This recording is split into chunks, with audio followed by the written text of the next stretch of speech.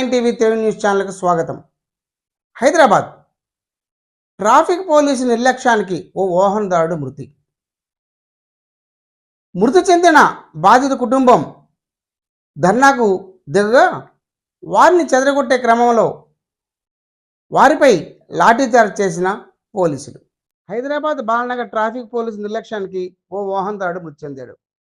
చలనం రాసేందుకు రన్నింగ్లో ఉన్న ద్విచక్ర వాహనాన్ని ఆపే ప్రయత్నం చేసిన ట్రాఫిక్ పోలీసులు ఈ క్రమంలో అదుపు తప్పి బైక్ కింద పడడంతో ద్విచక్ర వాహనదారుడి తలపై నుంచి వీలిన ఆర్టీసీ బస్సు.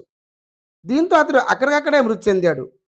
ట్రాఫిక్ పోలీసు నిర్లక్ష్యంతో వ్యక్తి మృతి చెందాడని ఆరోపిస్తూ రోడ్డుపై ధర్నాకు దిగిన వాహనదారులు మరియు కుటుంబ సభ్యులు.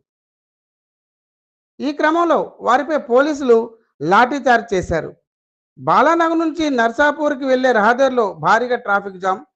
కుటుంబ సభ్యులపై లాఠీచార్జ్ చేసిన పోలీసులు పై తీవ్ర విమర్శలు వెల్లువెత్తున్నాయి.